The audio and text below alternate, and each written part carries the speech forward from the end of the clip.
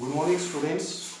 Today we are going to start our new topic pseudo force.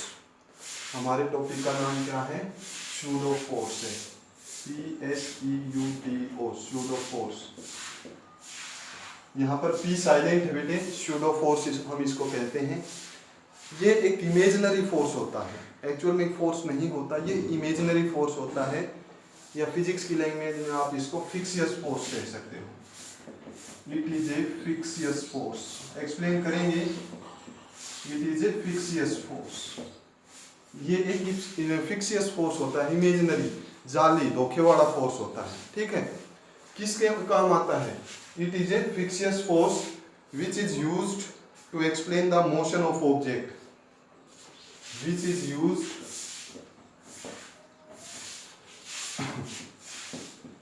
which is used to explain the motion of object in non inertial frame. दो type के frame होते हैं बेटे, हमने second chapter में पढ़ा था. Non inertial frame.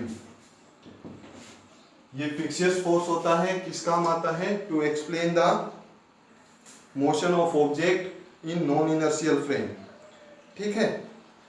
Non inertial frame क्या होता है बेटे? देखो, फ्रेम दो टाइप के होते हैं. ये आपने पहले पढ़ा था, अगर वो वीडियो नहीं देखे तो फिर से समझो. फ्रेम दो टाइप के होते हैं. इनर्शियल फ्रेम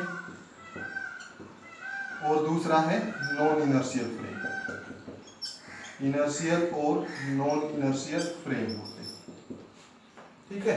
इनर्शियल फ्रेम वो फ्रेम होते हैं जिसके अंदर ऑब्जर्वर रेस्ट में हो. ऑब्जर्वर रेस्ट में नहीं बेटे, सॉरी, ऑब्जर्वर की एक्सेलरेशन कितनी हो? 0. Observers acceleration is 0. ऑब्जर्वर की एक्सेलरेशन कितनी होगी? 0 होगी. क्लियर है. और यहां पर ये किसको फॉलो करेगा? न्यूटन लॉ ऑफ मोशन को. Newton's law of motion. ये किसको एक्सप्लेन करेगा भाई? न्यूटन लॉ ऑफ मोशन को फॉलो करेगा. एक्सप्लेन करेगा नहीं, फॉलो करेगा. It follows Newton law of motion. Next है डियर स्टूडेंट्स, यहाँ पर हमारा non inertial frame. Non inertial frame क्या होगा? ऑब्जर्वर एक्सेलरेशन जो है, ऑब्जर्वर की एक्सेलरेशन है वो 0 नहीं होगी. And do not follow Newton's law of motion. Newton's law of motion. एक मिनट बेटे, एक्सप्लेन करते हैं, एक बार ये डालते हैं. न्यूटन लॉ को फॉलो नहीं करेगा. तो स्टूडेंट्स, यहाँ पर पहले इसको डिस्कस करते हैं. Inertial frame. ऑब्जर्वर की एक्सेलरेशन कितनी होगी? 0. अगर एक्सेलरेशन 0 है तो वेलोसिटी क्या रहेगी उसकी? कांस्टेंट. कैसी वेलोसिटी रहेगी? कांस्टेंट वेलोसिटी रहेगी. ऑब्जर्वर की एक्सेलरेशन नॉन जीरो है, मींस वेलोसिटी चेंज होगी. वेलोसिटी क्या हो जाएगी? चेंज हो जाएगी. क्लियर है. यहां पर Newton law of motion applicable, follow नहीं, applicable. Newton law of motion applicable है. यहां पर Newton law of motion not applicable. हम अप्लाई नहीं कर सकते. ठीक है. जैसे इसका बेस्ट एग्जांपल देखो बेटे. यहां पर ये एक ऑब्जेक्ट है, ये दूसरा ऑब्जेक्ट इसके ऊपर रखा हुआ है. जैसे ही मैंने इसको आगे किया, जो हमारा सेकंड ऑब्जेक्ट था वो ऑब्जेक्ट पीछे आया. क्या हमने उसके ऊपर फोर्स लगाया था? नहीं लगाया. ठीक है. हमने ये जो मार्कर था, फिर से देखो, ये इस तरह से हम इस बुक को आगे की तरफ फोर्स लगाएंगे. ये और मार्कर किधर, सॉरी पेन किधर आ रहा है बेटे? ये यहाँ से स्लाइड होकर यहाँ आ गया. क्लियर हुआ. तो यही होता है सूडो फोर्स। हमने एक्चुअल में इसके ऊपर कोई फोर्स नहीं लगाया, ये फेक फोर्स है, फिक्सियस फोर्स है। ठीक है, किसको एक्सप्लेन करता है? नॉन इनर्शियल फ्रेम को। किसको एक्सप्लेन करता है? नॉन इनर्शियल फ्रेम को। अब इनर्शियल और नॉन, ये बुक थी, इसके ऊपर मैंने ये फोर्स लगाया और ये मार्कर पीछे की तरफ आया। अब ये मार्कर पीछे की तरफ आया, ये इमेजिनरी फोर्स है। ठीक है, क्या न्यूटन लॉ फॉलो हो रहे हैं? सोचो थोड़ा। कभी भी न्यूटन थर्ड लॉ क्या कहता है? Action is equal to reaction. क्या हमने इसके ऊपर फोर्स लगा? न्यूटन सेकंड लॉ क्या है? पहले तो फर्स्ट लॉ को देखो। फर्स्ट लॉ ये कहता है कि अगर ऑब्जेक्ट रेस्ट में है तो फोर्स लगाएंगे तो मूव करेगा। तो भाई हमने तो इसके ऊपर कोई फोर्स ही नहीं लगाया, हमने तो कोई फोर्स नहीं लगाया, तो यहाँ पर न्यूटन लॉ एप्लीकेबल भी नहीं होगा। अब दूसरा, force is equal to mass into acceleration है। न्यूटन सेकंड लॉ में force is equal to mass into acceleration है। ठीक है भाई, हम फोर्स लगाएंगे तो एक्सेलरेशन आएगी, हमने इसके ऊपर फोर्स नहीं लगाया, ये फिर भी पीछे आया। न्यूटन सेकंड लॉ भी फॉलो नहीं हुआ। एक्शन रिएक्शन, हम जब इसके ऊपर फोर्स लगाएंगे तो मूव करेगा, जब एक्शन होगा तब रिएक्शन होगा, हमने तो इसके ऊपर कोई एक्शन नहीं किया। तो यहाँ पर नॉन इनर्शियल फ्रेम के अंदर जो है, नॉन इनर्शियल फ्रेम के अंदर न्यूटन लॉ एप्लीकेबल नहीं है, न्यूटन लॉ एप्लीकेबल नहीं है। हमारी जो कंडीशन है नॉन इनर्शियल फ्रेम की, कि ऑब्जर्वर की एक्सेलरेशन जीरो होनी चाहिए, वेलोसिटी कांस्टेंट होनी चाहिए। तो यहाँ एक कंसेप्चुअल क्वेश्चन बनता है कि अर्थ रोटेट कर रही है, अर्थ क्या कर रही है? रोटेट कर रही है स्टूडेंट्स। अर्थ रोटेट कर रही है तो क्या इसकी वेलोसिटी चेंज नहीं हो रही? देखो मैंने बताया इनर्शियल फ्रेम के अंदर ऑब्जर्वर एक्सेलरेशन जीरो होगी, उसकी वेलोसिटी कांस्टेंट होगी। हम यहाँ पर खड़े हैं, हम एक लिफ्ट को जाता हुआ देख रहे हैं ऊपर, या ऑब्जेक्ट को मूव करता हुआ देख रहे हैं। क्लियर? हम रेस्ट में हैं, एक्सेलरेशन कितनी होगी? जीरो होगी। वेलोसिटी कैसी है? कांस्टेंट है, वो चेंज नहीं हो रही। बट क्या एक्चुअल में हमारी वेलोसिटी कांस्टेंट है? हम अर्थ के साथ हैं। यहाँ पर इनर्शियल फ्रेम में मोस्टली हम अर्थ को ही लेते हैं क्योंकि अर्थ रेस्ट में है। बट क्या अर्थ एक्चुअल रेस्ट में है? नहीं भाई, अर्थ तो रोटेट हो रही है। अर्थ रोटेट हो रही है तो वेलोसिटी क्या है? कांस्टेंट है? नहीं, वेलोसिटी कंटिन्यूअसली चेंज हो रही है। वेलोसिटी कंटिन्यूअसली चेंज हो रही है क्योंकि वेलोसिटी चेंज होना मीन्स डायरेक्शन। अगर equal velocity, equal change in velocity, equal interval of time है, ठीक है, सॉरी, अगर वेलोसिटी कांस्टेंट है means equal velocity, equal interval of time है, तो एक्सेलरेशन कितनी होगी? जीरो होगी। कंडीशन क्या है? ऑब्जेक्ट की डायरेक्शन चेंज नहीं होनी चाहिए। बट अर्थ जब रोटेट करती है तो ऑब्जेक्ट की डायरेक्शन चेंज होगी, ऑब्जेक्ट की डायरेक्शन चेंज होगी, अर्थ की डायरेक्शन चेंज होगी, तो यहाँ पर एक्सेलरेशन जीरो कैसे ले लेंगे? अब मैं रेस्ट में खड़ा हूँ, ऑब्जर्वर को देख रहा हूँ, वो इनर्शियल फ्रेम कैसे हो गया? उसको हम इनर्शियल फ्रेम कैसे कह सकते हैं? क्योंकि वेलोसिटी चेंज हो रही है, वेलोसिटी चेंज हो रही है तो एक्सेलरेशन भी जीरो नहीं होगी। और मैं अपने आप को बोल रहा हूँ कि मैं बाहर खड़ा होकर जब देखता हूँ किसी ऑब्जेक्ट को तो वो नॉन इनर्शियल फ्रेम है, सॉरी वो इनर्शियल फ्रेम है। कैसा फ्रेम है? इनर्शियल फ्रेम है। तो बेटे इसका सॉल्यूशन ये है कि जब अर्थ रोटेट करती है तो उसकी एक्सेलरेशन जीरो के इक्वल तो नहीं होती, बट एक्सेलरेशन जो है अप्रोक्सीमेट इक्वल टू जीरो होती है। वो इतना स्लोली चेंज होता है, उसके अकॉर्डिंग हम इसको क्या मान लेते हैं कि हमारी जो एक्सेलरेशन है वो कैसी है? कांस्टेंट है। ठीक है, आ गया समझ में? तो हम अर्थ के ऊपर जब खड़ा होकर किसी ऑब्जेक्ट को, मूविंग ऑब्जेक्ट को देखते हैं तो हम क्या मानते हैं कि हम किस में हैं? इनर्शियल फ्रेम में हैं।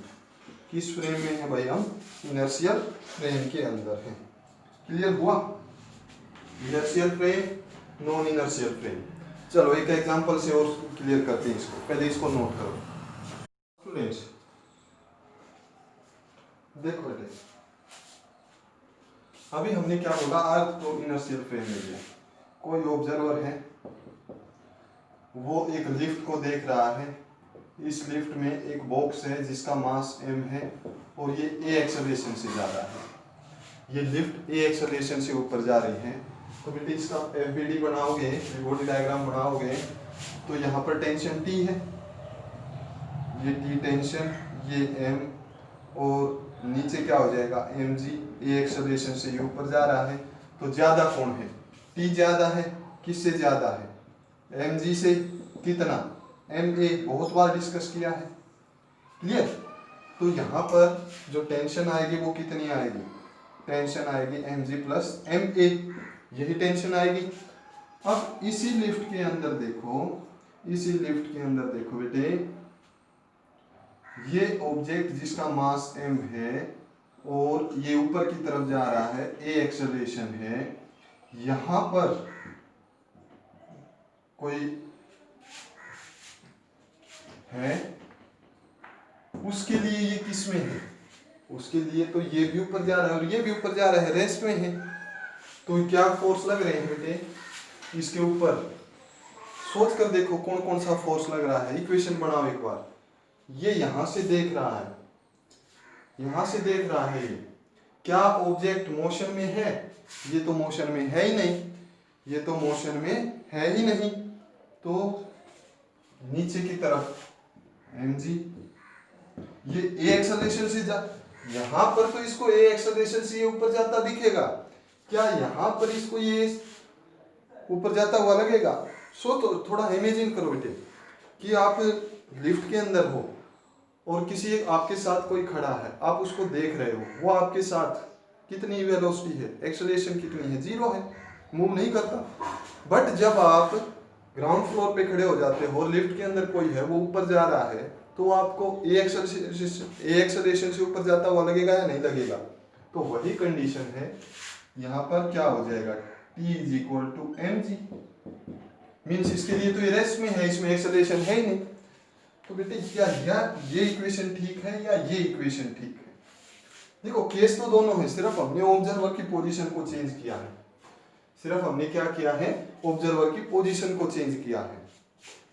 तो बेटे ठीक तो यही है, ठीक है। यहां पर सूडो फोर्स काम आते हैं, यहां पर सूडो फोर्स काम आते हैं डाउनवर्ड डायरेक्शन में, ऑब्जेक्ट ऊपर जा रहा है तो उससे ऑपोजिट डायरेक्शन में एक फोर्स होगा, वो कौन सा होगा, m मास का और a एक्सेलरेशन, ये क्या हो जाएगा इमेजिनरी फोर्स। तो T ये फोर्स कौन सा होगा, इसको हम कहते हैं सूडो फोर्स। हमेशा ऑब्जेक्ट के मोशन से ऑपोजिट डायरेक्शन में एक फोर्स बना दो अगर नॉन इनर्शियल फ्रेम है। अब ये फ्रेम कैसा था, यहाँ पर तो इनर्शियल फ्रेम था, ग्राउंड के ऊपर थे, लिफ्ट के अंदर ऑब्जेक्ट एक्सेलरेट कर रहा है, ह्यूमन बीइंग जो था यहाँ पर, जो भी था एक्स जो यहाँ पर था, उसमें एक्सेलरेशन है, उसमें एक्सेलरेशन नहीं होनी चाहिए, अगर एक्सेलरेशन है तो वो किस में बोला जाएगा, नॉन इनर्शियल फ्रेम में। तो नॉन इनर्शियल फ्रेम में कौन सा फोर्स लगता है, सूडो फोर्स, और वो फोर्स किसके इक्वल होता है, ऑपोजिट डायरेक्शन में होता है। किस डायरेक्शन में होता है, ऑपोजिट डायरेक्शन में। तो अब इसकी इक्वेशन बनाओगे, ये गलत है। अब देखो अपवर्ड में एक टेंशन का फोर्स लग रहा है T, डाउनवर्ड में दो फोर्स लग रहे हैं mg प्लस ma। तो बेटे ये आपको ध्यान रखना है, ये वाला सूडो फोर्स हमेशा ऑब्जेक्ट से किधर लगेगा, ऑपोजिट डायरेक्शन में लगेगा, ऑब्जेक्ट से किधर लगेगा, ये ऑपोजिट डायरेक्शन में लगेगा।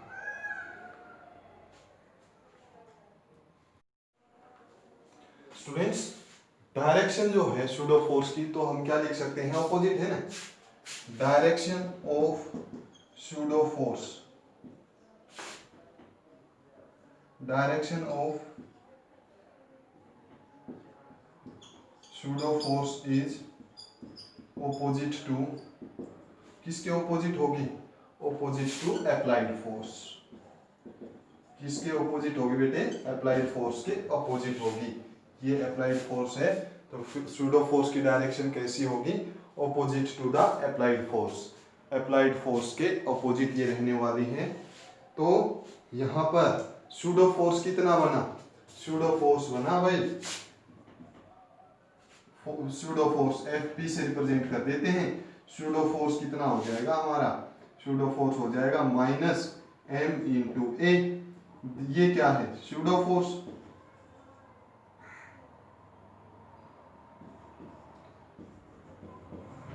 ठीक है। ए क्या थी, एक्सेलरेशन ऑफ ऑब्जेक्ट, और m क्या है, mass of object, m is mass of object. और बेटे नेगेटिव साइन किसके लिए आया है, ये नेगेटिव साइन आया है opposite to applied force, opposite to applied force. Applied force की क्या रहेगी, ये ऑपोजिट रहेगी। क्लियर हो गया, आ गया भाई समझ में? ठीक है, एक्सेलरेशन ऑफ ऑब्जर्वर, ये is the acceleration of observer. तो ऑब्जर्वर की एक्सेलरेशन कितनी है, लिफ्ट ए से जा रही है, तो ये ऑब्जर्वर भी किधर जा रहा है, ए एक्सेलरेशन से ऊपर ही जा रहा है। तो सूडो फोर्स का फार्मूला क्या होगा, minus N A. Opposite direction applied force से कैसी रहेगी, ये ऑपोजिट डायरेक्शन रहेगी। क्लियर है, आ गया समझ में? इसको नोट करो बेटे, 2-4 न्यूमेरिकल करेंगे तब और अच्छे से समझ में आएगा आपको, डोंट वरी। देखो एच.सी. वर्मा के 2-3 न्यूमेरिकल्स करते हैं हम, कंपटीशन लेवल के न्यूमेरिकल्स करते हैं, तब और अच्छे से समझ में आएगा। हमारे पास एक क्वेश्चन है, हमारा क्वेश्चन है आप बेटे, क्वेश्चन जो है हमारे पास कि ये एक ट्रेन है या बस है, इसके अंदर ऑब्जेक्ट ए एक्सेलरेशन से जा रहा है। जब ये ए एक्सेलरेशन से जा रहा था तो यहाँ पर एक बॉल है, ये बॉल बेटे जब इधर जाएगा तो आपको भी पता है ये बॉल इधर आएगी, आएगी या नहीं आएगी, थीटा एंगल पर। तो ये क्वेश्चन है फाइंड थीटा, थीटा की वैल्यू कैलकुलेट करनी है where ball is at rest, ball is at rest in equilibrium, ball rest करेगी इक्विलिब्रियम में। तो इक्विलिब्रियम बताया है बेटे, इक्विलिब्रियम हमेशा क्या होता है, इक्विलिब्रियम क्या होता है, जब ऑब्जेक्ट के ऊपर टोटल जितने भी फोर्स लगे हैं वो टोटल फोर्स एक दूसरे को कैंसिल कर दे, अपवर्ड डाउनवर्ड को कैंसिल कर दे, लेफ्ट राइट को कैंसिल कर दे, ऑब्जेक्ट मूव नहीं करेगा। ठीक है, तो वो एंगल निकालना है जिसके ऊपर ये यहाँ पर देखो ये ऐसे था, जब ये एक्सेलरेशन से बस आगे जा रही है तो ये यहाँ पर रहे, यहाँ पर रहे, यहाँ से ना तो आगे जाए ना पीछे जाए, किस एंगल के ऊपर ये इक्विलिब्रियम में होगा। कंसेप्ट तो समझ में आ गया होगा, क्वेश्चन तो समझ में आ गया होगा। तो इसका एफबीडी बनाते हैं, यहाँ से बेटे ये इधर क्या हो जाएगी टेंशन, इधर let M is the mass, M क्या हो जाएगा मास, और जी क्या हो जाएगा ग्रेविटी। तो बेटे यहाँ पर ये थीटा एंगल बना रहा है, ये की टेंशन है, तो इधर थीटा बनेगा, इधर थीटा बनेगा, तो ये क्या हो जाएगा टी कोस थीटा, इधर क्या हो जाएगा टी साइन थीटा। कंपोनेंट्स बना लिए हमने, ठीक है, T cos theta T sine theta, हमने इसके क्या बना दिए कंपोनेंट्स बनाए। अब देखो सूडो फोर्स किधर लग रहा है, सूडो फोर्स यहाँ पर, ये इधर जा रहा है ना, हम फोर्स इधर लगा रहे हैं तो सूडो फोर्स इधर बनेगा। इधर कितना बताया था सूडो फोर्स का फार्मूला, एफ का फार्मूला बताया था एम ए, ऑपोजिट डायरेक्शन के लिए माइनस लगाया था, यहाँ पर सूडो फोर्स को हम एम ए लेंगे, M is the mass, A is the acceleration. Clear हो गया? तो इक्वेशन बनाओ, इक्विलिब्रियम है, इक्विलिब्रियम है तो टी साइन थीटा किसके इक्वल होगा, और ऑब्जर्वर कहाँ था हमारा, ऑब्जर्वर यहाँ पर था। ठीक है, टी साइन थीटा किसके इक्वल होगा, एम ए के इक्वल, और टी कोस थीटा किसके इक्वल होगा, एम जी के इक्वल।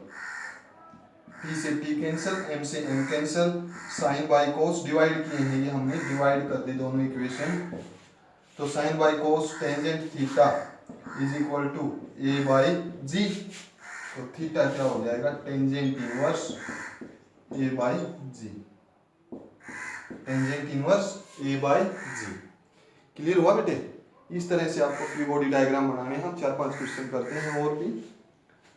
अब यहाँ पर एक नोट करने वाली बात है बेटे, ये देखो जितनी स्पीड से जितनी एक्सेलरेशन से ये बस आगे जाती, एक्सेलरेशन से आगे जाती, थीटा उतना ही ज्यादा बढ़ता है या नहीं बढ़ता, मीन्स कम स्पीड से चलाएंगे तो ये यहाँ पर होगा, स्पीड बढ़ाएंगे तो यहाँ पर, एक्सेलरेशन ज्यादा होगी तो यहाँ पर, तो थीटा कंटिन्यूसली किसके ऊपर डिपेंड करेगा, एक्सेलरेशन के ऊपर डिपेंड करेगा।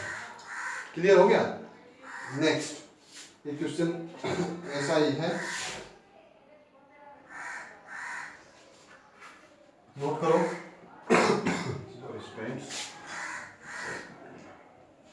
बेटे बीमारी से बच के रहना, मौसम खराब है अब।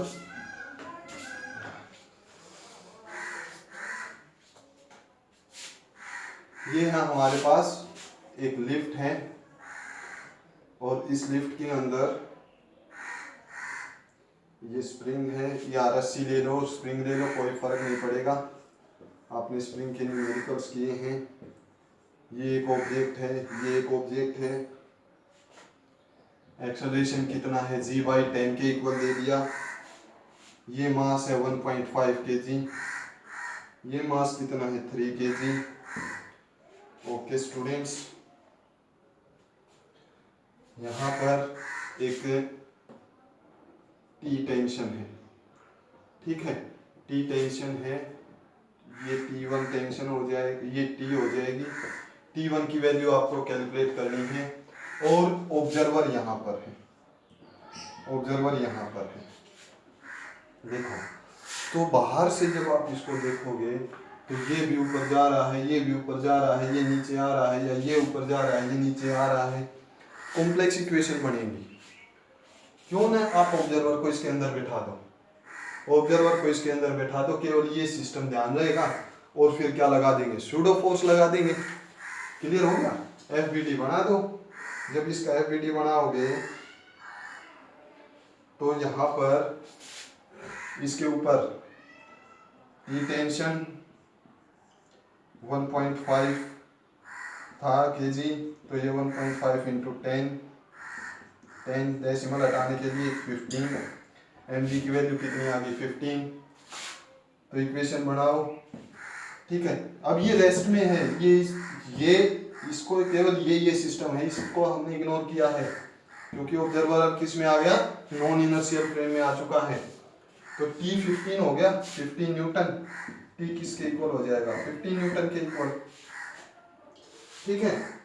अच्छा भाई, T 15 न्यूटन के इक्वल हो गया।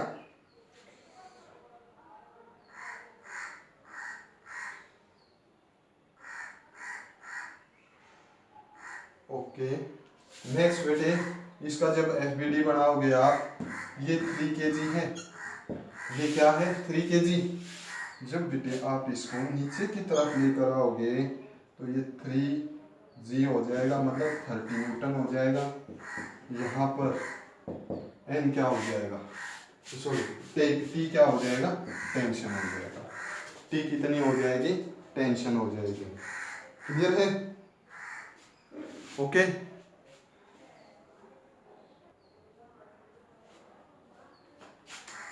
ओके।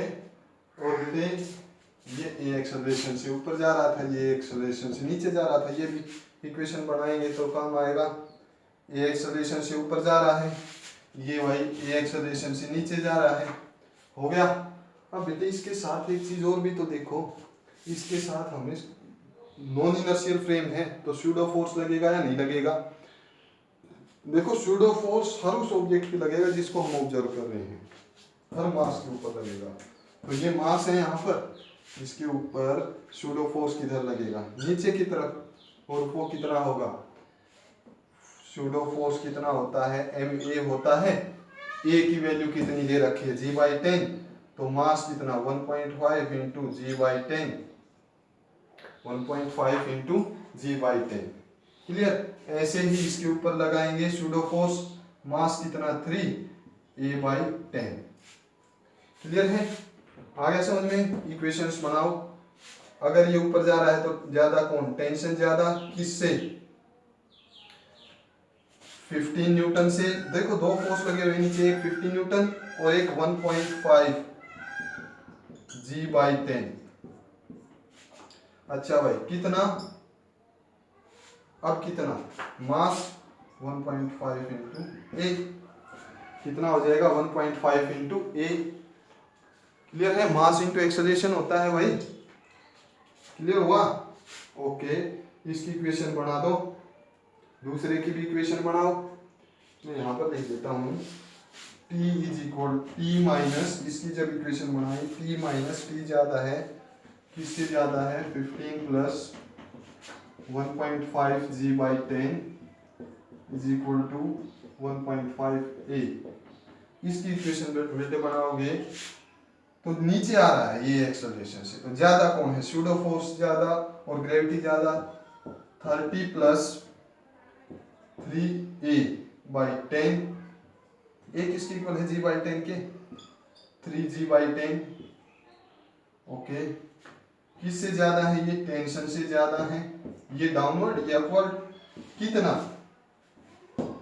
कितना भाई, मास इनटू एक्सेलरेशन 3a। तो बेटे यहाँ पर आप सोल्व करोगे t माइनस 15 प्लस में 1.5, ग्रेविटी की वैल्यू कितनी हो जाएगी 10 बाई 10, ये कैंसल 1.5 a, ये हो जाएगा t माइनस, ये ब्रैकेट में था 16.5 is equal to 1.5 a।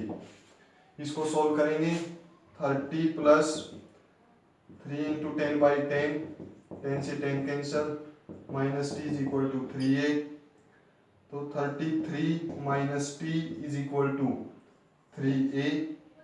T से बेटे टी काट देगा, ठीक है, दोनों को ऐड कर रहे हैं, ये हो जाएगा 4.5a।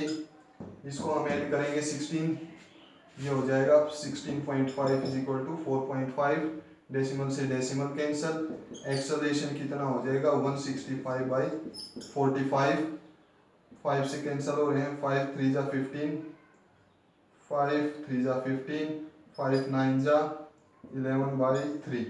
तो कितनी एक्सेलरेशन से ये ब्लॉक, किस एक्सेलरेशन से नीचे आ रहा था, 11 बाई 3 से, कितनी एक्सेलरेशन से नीचे आ रहा है ये, 11 बाई 3 से नीचे आ रहा है। क्लियर हुआ। अब बेटे यहाँ पर आपको टेंशन निकालनी है, टेंशन कितनी हो जाएगी, किसी भी इक्वेशन में पुट कर दो, इस इक्वेशन में पुट कर दो, 33 minus T is equal to 3a, A कितना 11 बाई 3, 3 से 3, तो 33 minus T is equal to 11, 33 minus 11 is equal to T, T कितना आ गया 22, टी कितना आ गया यहाँ पर 22। बट बेटे हमें T1 की वैल्यू फाइंड आउट करनी है, अब तो सिंपल हो गया। अब इसका T1 को निकालना है तो इसका फ्री बॉडी डायग्राम बना दो।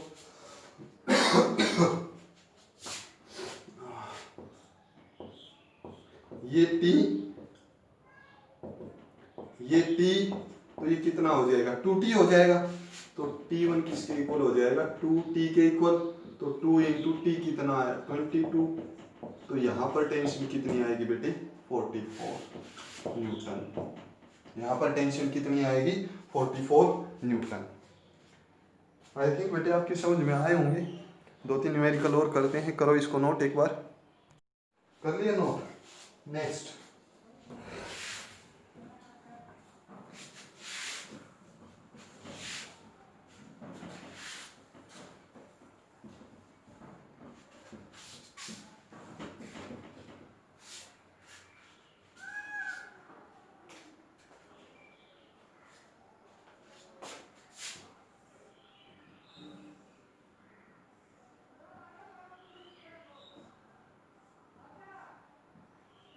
देखो क्वेश्चन क्या है बेटे, क्वेश्चन हमारा ये है, एक ऑब्जेक्ट एम है और इस वेज को, इसको वेज कहते हैं बेटे, इस वेज को हम ए एक्सेलरेशन से आगे ले जा रहे हैं।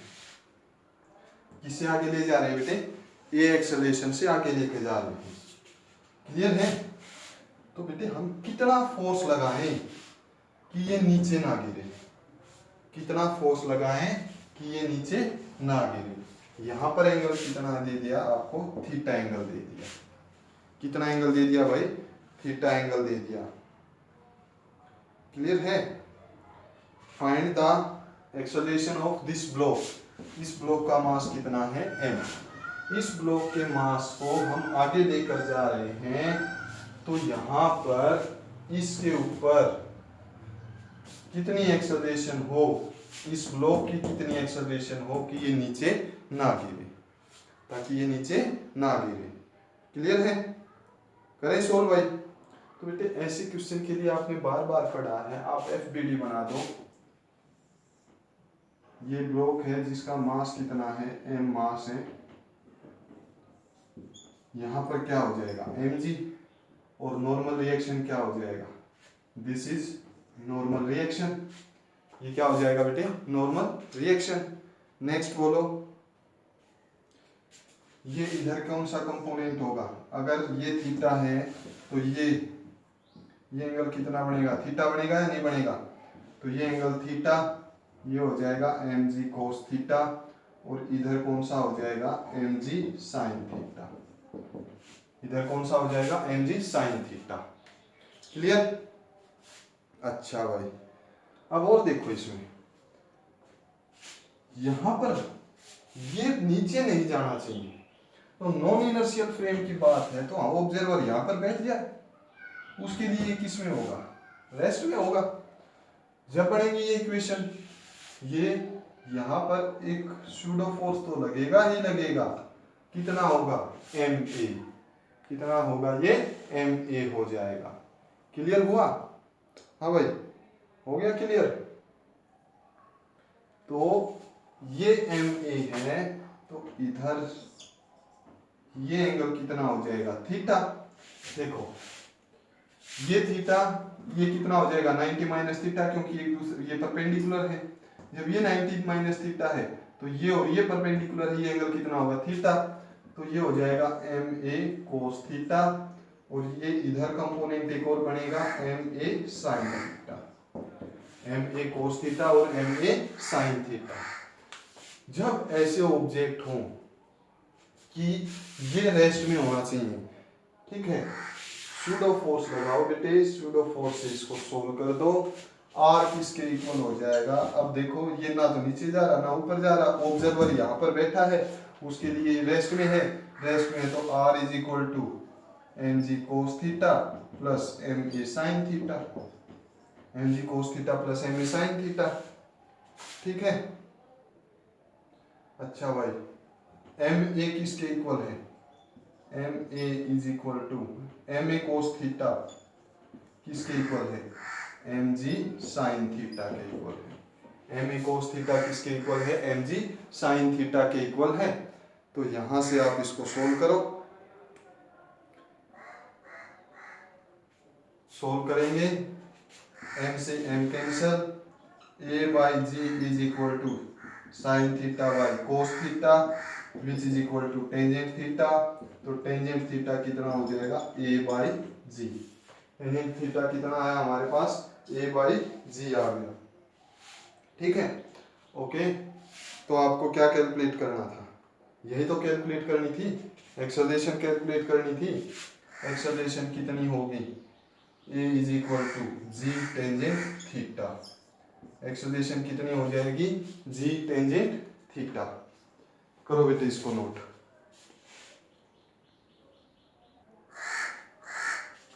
कर लिया नोट भाई? ओके बेटे, इसके अंदर कई बार ये भी पूछ सकता है कि नॉर्मल रिएक्शन, ये नॉर्मल रिएक्शन कितना होगा।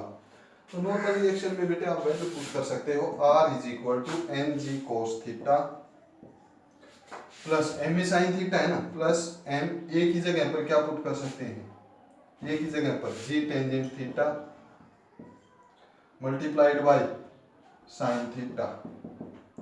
तो दोनों में से एम जी कॉमन ले लिया, cos theta plus tangent theta sine theta, this is normal reaction. ये किसकी वैल्यू आ जाएगी बेटे, नॉर्मल रिएक्शन की वैल्यू आएगी। क्लियर हो गया बेटे? दो क्वेश्चन और करते हैं, दो क्वेश्चन और करते हैं।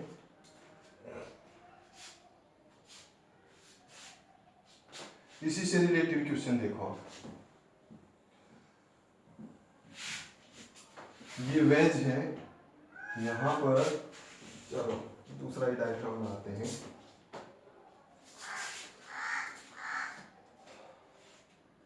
ये यहां पर गिवन है हमारे को 1 kg का बॉक्स है, 1 kg का बॉक्स है, ये यहाँ पर 3 मीटर पर सेकंड की स्पीड से जा रहा है, सॉरी स्क्वायर एक्सेलरेशन से जा रहा है। एंगल हियर इज 37 डिग्री, यहाँ पर एंगल कितना है 37 डिग्री है। हमें कैलकुलेट करना है what must be the friction force between block and inclined, यहाँ पर कितना फ्रिक्शन फोर्स हो। What must be friction force, कितना फ्रिक्शन फोर्स हो किस किस के बीच में, friction force between block and inclined plane, force between block and inclined plane, इनके बीच में कितना फ्रिक्शन फोर्स हो ताकि ये नीचे ना गिरे। अब हमें फ्रिक्शन निकालना है। क्लियर हो गया? तो कुछ भी नहीं है बेटे, अगर पिछला क्वेश्चन आपको समझ में आया है तो ट्राई करो।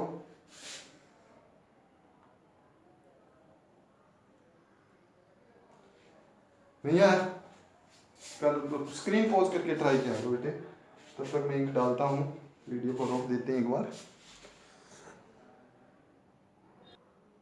बेटे अब तक हमने फ्रिक्शन नहीं निकाला था, इस क्वेश्चन में फ्रिक्शन निकालना है। ठीक है, तो हमेशा की तरह क्या करो, अपना एफबीडी बनाओ। ठीक है, एफबीडी बनाते हैं हम, इसी का बना देते हैं एफबीडी। पहले तो 37 वाले को देखो, टेबल को या ट्रायंगल को। 37 की ट्रायंगल आपको कई बार बनवा दी है बेटे, क्वेश्चन के साथ साथ बनवाई जा रही है, फिर भी याद नहीं है। ये 37 है तो ये 3 होगा, ये 4 होगा और ये क्या हो जाएगा 5। और अगर यहाँ पर 53 है तो ये 4, ये 3 और ये क्या हो जाएगा 5 हो जाएगा। तो इसका 37 डिग्री है। एफबीडी बनाते हैं 1 kg का। यहाँ पर नीचे की तरफ क्या हो जाएगा mg हो जाएगा। नॉन इनर्शियल फ्रेम में है। ठीक है, नॉन इनर्शियल फ्रेम में है। अच्छा भाई, ये यहाँ पर इधर कौन सा हो जाएगा mg cos theta, sorry sine theta, और थीटा कितना है 37। इधर कितना हो जाएगा, ये थीटा बनेगा mg cos 37। ओके,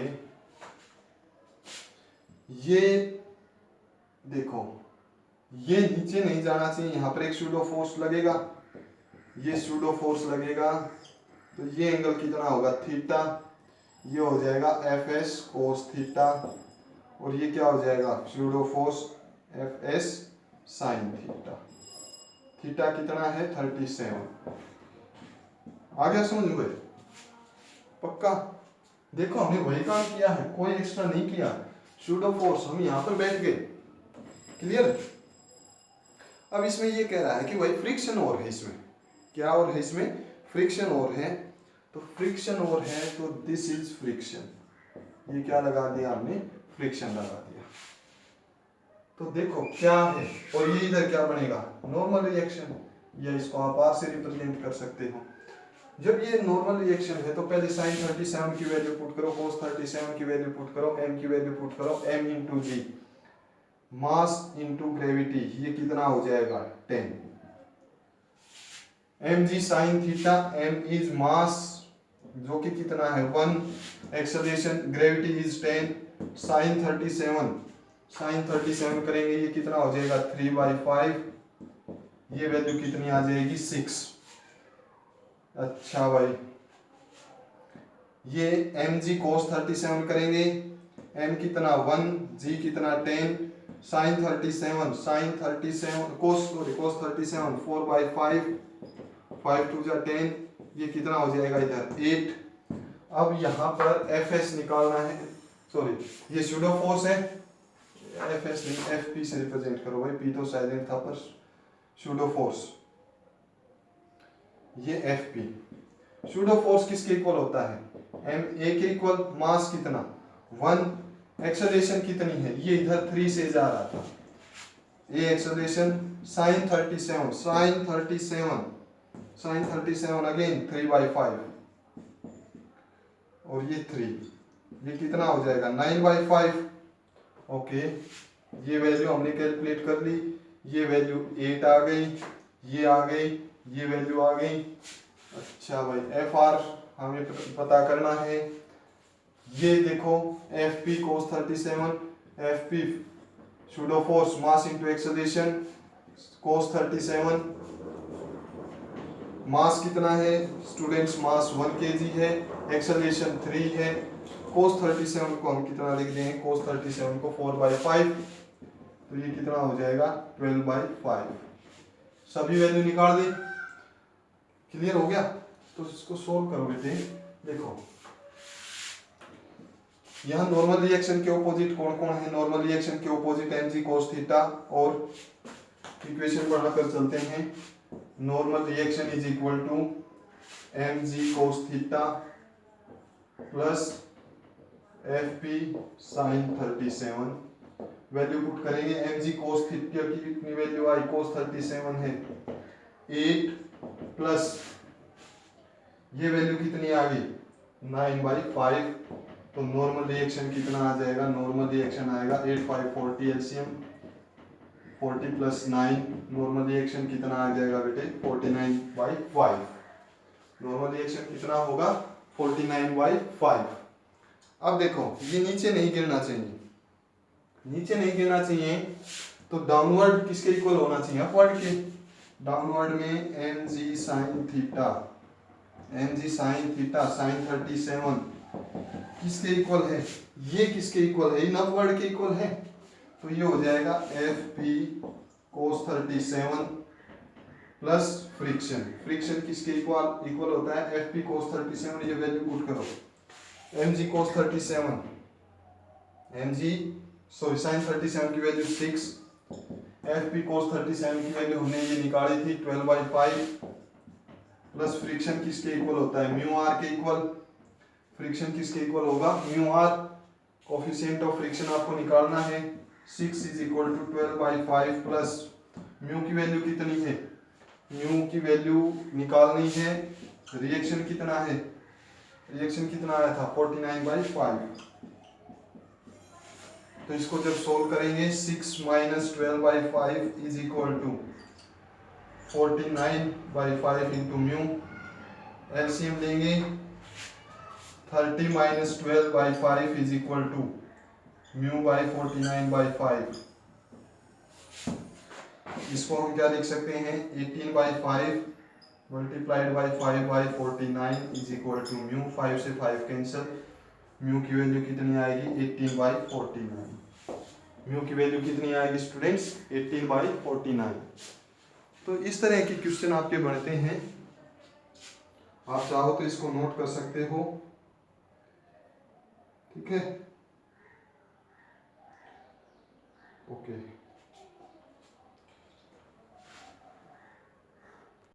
इसी से रिलेटेड नेक्स्ट क्वेश्चन हम करते हैं बेटे,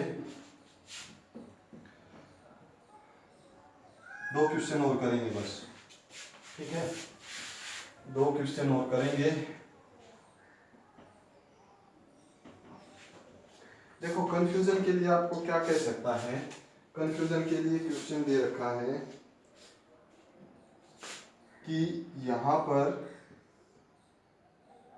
ये एक गाड़ी है, ठीक है ट्रक का पिछला हिस्सा है, यहाँ पर एक ब्लॉक रखा हुआ है, इस ब्लॉक का मास कितना है 1 kg, और ये ट्रक जो है ये 5 मीटर पर सेकंड स्क्वायर से आगे की तरफ जा रहा है, क्लियर 5 मीटर पर सेकंड स्क्वायर से आगे की तरफ जा रहा है, हॉरिजॉन्टल ट्रक है, कोफिशिएंट ऑफ फ्रिक्शन इज 0.6, यहाँ पर म्यू की वैल्यू कितनी दे दी 0.6 दे दी बेटे। क्या what is the force of friction on the block if the acceleration of block is okay, what is the force, एक मिनट बेटे,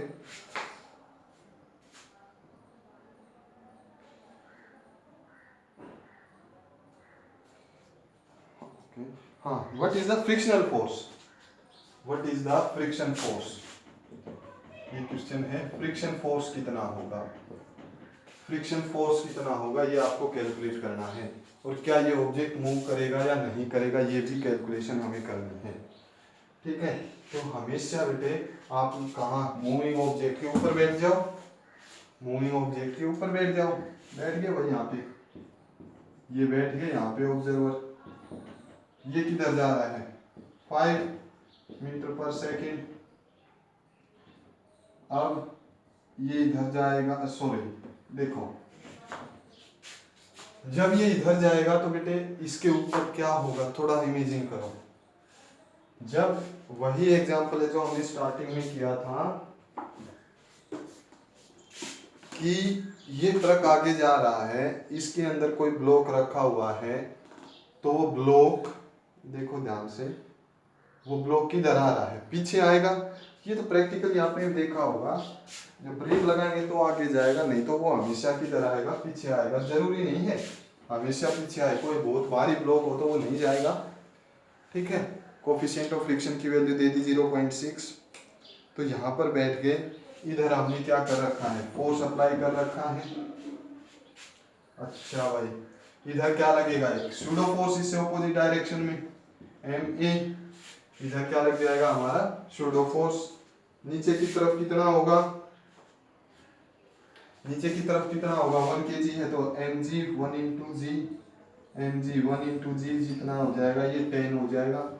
ये ना नीचे जा रहा ना ऊपर जा रहा है, ये नॉर्मल रिएक्शन r किसके इक्वल हो जाएगा 10 के इक्वल। जब ये ब्लॉक इधर जाएगा तो फ्रिक्शन किधर हो जाएगा, दिस इज फ्रिक्शन, ये किसके इक्वल हो जाएगा, फ्रिक्शन के इक्वल हो जाएगा। ठीक है, तो पहले तो सूडो फोर्स पहले तो फ्रिक्शन कैलकुलेट करो। फ्रिक्शन की वैल्यू कितनी होती है, F is equal to mu R, friction is equal to mu R. Mu की वैल्यू ऑलरेडी गिवन है 0.6 और आर की वैल्यू 10 है, तो फ्रिक्शन कितना हो जाएगा 6 न्यूटन।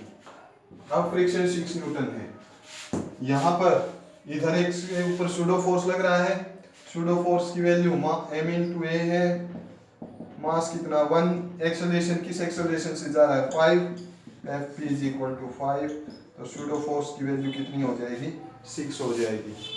तो देखो बेटे यहाँ पर एक कंसेप्ट है कि इधर 6 है, फ्रिक्शन ज्यादा है और फोर्स कम लग रहा है, तो क्या ऑब्जेक्ट मूव करेगा, क्या ऑब्जेक्ट मूव करेगा, नहीं करेगा। ठीक है, object will not move because ये जो फ्रिक्शन है, ये फ्रिक्शन मैक्सिमम कितना है 6 न्यूटन पर होगा तब ये चलेगा, Fr 6 से ऊपर होगा तो ये लिमिटिंग फ्रिक्शन है। ये जो फ्रिक्शन है कौन सा है, लिमिटिंग फ्रिक्शन। तो object will not move, object will not move, object move अब नहीं करेगा। कंफ्यूजन के लिए इस तरह से भी क्वेश्चन दे सकता है आपको, कंफ्यूजन के लिए आपको इस तरह के भी क्वेश्चन दे सकता है। क्लियर है, और करोगे, ओके कर लोगे, देख लो। चलो तो लास्ट क्वेश्चन करते हैं।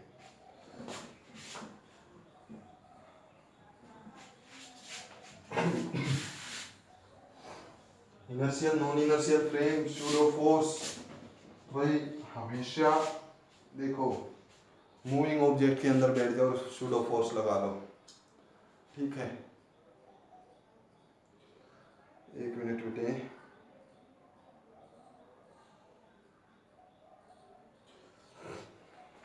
एक मिनट रुको, कर लिखते हैं क्वेश्चन को। देखो बेटे मैंने क्वेश्चन नोट किया है, ये हमारे पास थीटा एंगल है, ये मास यहाँ पर है, ठीक है, m मास यहाँ पर है, m डैश मास इस वेज का है और यहाँ स्मॉल m इस ब्लॉक का मास है। What should be the mass of hanging block, इस ब्लॉक का कितना मास हम पुट करें for which m does not slide over m dash, ये जो है इसके ऊपर स्लाइड ना करे, ये इसके ऊपर स्लाइड ना करे। बेटे ये स्लाइड ना करे तो इसके लिए सबसे पहले आप क्या बनाओगे, FBD बनाओगे। इसके लिए FBD यहाँ पर आपने बनाया था लास्ट क्वेश्चन में, एक्सेलरेशन किसके इक्वल होती है, जी टेंजेंट थीटा के इक्वल। ये कब नहीं गिरेगा, जब एक्सेलरेशन कितनी हो, जी टेंजेंट थीटा, एक्सेलरेशन कितनी हो, जी टेंजेंट थीटा। अगर ये यहाँ पर ये सिस्टम नहीं दे रखा होता, केवल ये इतना सिस्टम दे रखा होता, ये हटा देते ये इधर वाला, तो ये कब नहीं गिरता, जब एक्सेलरेशन कितनी होती, जी टेंजेंट थीटा। बट यहाँ पर तो बेटे ये एम लगा दिया, ये क्या लगा दिया, एम लगा दिया। तो ये एम लगाया तो इसका एफ बी डी बना एक बार, इस ब्लॉक का देखो, इसका बनाओगे, इसका हमने ऑलरेडी बनाया है, एक्सेलरेशन कितनी आएगी, जी टेंजेंट थीटा। लास्ट न्यूमेरिकल्स में ऐसा ही न्यूमेरिकल था, एच वर्मा का न्यूमेरिकल है ये। और यहाँ पर ये देखो, इसके अंदर टेंशन टी, नीचे की तरफ क्या हो जाएगा, एम जी, नीचे की तरफ क्या हो जाएगा, एम जी। अब ये आ किधर रहा है, अब ये इधर ए एक्सेलरेशन से आएगा, तो ये भी ए एक्सेलरेशन से नीचे जाएगा। तो बोलो एम जी ज्यादा है किससे, टेंशन से। एम जी ज्यादा है किससे बेटे, टेंशन से। कितना, एम ए, एम ए, कौन सा M, this is the mass, capital M. यहाँ पर एम का ध्यान रखना, this is capital M, this is again capital M, हम इसकी बात कर रहे हैं। अब यहाँ पर जो टेंशन है टी, वो टेंशन किसके इक्वल होगी, that tension is equal to, यहाँ पर फ्रिक्शन नहीं बता रखा, तो फ्रिक्शन नहीं बता रखा, तो टी इज इक्वल टू, इस टेंशन के कारण इस एम डैश प्लस एम, कितनी एक्सेलरेशन आ रही है, ए एक्सेलरेशन आ रही है, इधर ही हम फोर्स लगा रहे हैं और ये इधर ही जा रहा है, कितनी एक्सेलरेशन से, ए एक्सेलरेशन से। तो टेंशन किसके इक्वल होगी, M dash plus M A. दोनों इक्वेशंस को क्या करेंगे students, add. Equation number first, equation number second, adding equation number first and second, दोनों इक्वेशंस को हमने क्या कर दिया स्टूडेंट्स, ऐड कर दिया। दोनों को ऐड किया, टी से टी कैंसिल हो जाएगा भाई, टी से टी कैंसिल हो जाएगा, एम जी किसके इक्वल आएगा, M G is equal to M A plus M dash A plus small M A. Clear, इसको हम लिख सकते हैं M ji minus M A is equal to M dash A plus M A. कर सकते हैं या नहीं कर सकते, ओके। एम को यहां से कॉमन निकालें, हमें क्या निकालना है, M dash, what should be the mass, ये एम की वैल्यू निकालनी है ना, तो एम को यहां से क्या कर सकते हैं हम, जी माइनस ए लिख सकते हैं, is equal to M dash plus m into a. Clear, a किसके इक्वल आया है, टेंजेंट के इक्वल आया है, ए किसके इक्वल आया हुआ है, टेंजेंट के इक्वल। बेटे इसको नोट करो एक बार, वैल्यू पुट करेंगे हम यहाँ पर,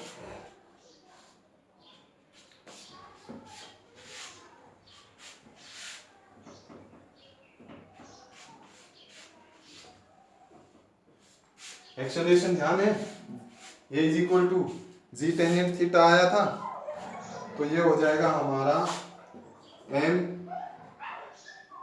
चलो इसी को कर देते हैं, ये हो जाएगा m ji minus M a. तो इसमें वैल्यू पुट करेंगे, a is equal to ji tangent theta, तो m ji minus m ji tangent theta is equal to M dash plus m into a. M g common ले लिया, ये बचेगा 1 minus tangent theta is equal to, यहां भी value put कर दो g tangent theta की, m dash plus M G tangent theta. तो एम जी क्या हो जाएगा, सॉरी एम कितना हो जाएगा, M dash plus M G tangent theta divided by G 1 minus tangent theta, और ये जी इस जी को कैंसिल कर देगा क्योंकि दोनों मल्टीप्लिकेशन में हैं। तो हमारे पास ये क्या आ जाएगा, m is equal to M dash plus M tangent theta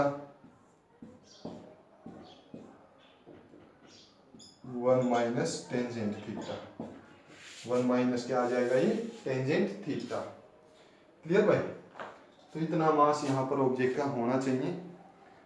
तो स्टूडेंट्स, आज के लिए आपका जो टॉपिक रहेगा स्यूडो फोर्स का टॉपिक होगा। ध्यान से बेटे रिवाइज करो। If you face any problem let me know. Thank you students, have a nice day.